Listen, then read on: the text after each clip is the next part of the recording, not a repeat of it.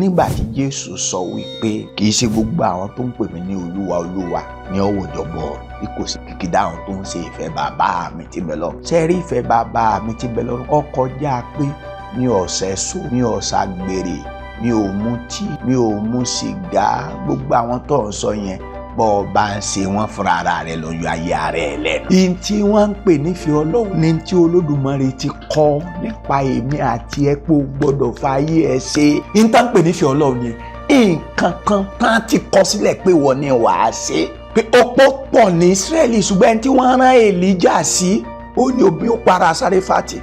Ọ̀dẹ̀tẹ̀ pọ̀ ní Ísírẹ́lì wọ́n rán Èlíṣà sí kankan wọn bí kò ṣe Námánì ará Síríà. Tá a bá ti ṣàwárí ibùgbé àtòkè wa yẹn kò sí bá a ti fẹ́ ṣe tá a ní gbé ayé wa lòdì sí ìfẹ́ Ọlọ́run. Ẹ̀sìn ọ̀wá lè fi hàn. Ẹ̀sìn kan ló fi hàn Èlíṣà pé òun gbọ́dọ̀ dá sí ẹ̀tẹ̀ tó wà lára Námánì. Ẹ̀sìn kan ló fi hàn Èlíjà pé ilé opó ará Sáréfátì ni wọ́n rán Èlíjà sí. Ó lè gbé ayé ẹ ní ìbámu pẹ̀lú ìfẹ́ Ọlọ́run tí o bá ṣàwárí ibùgbé àtòkè.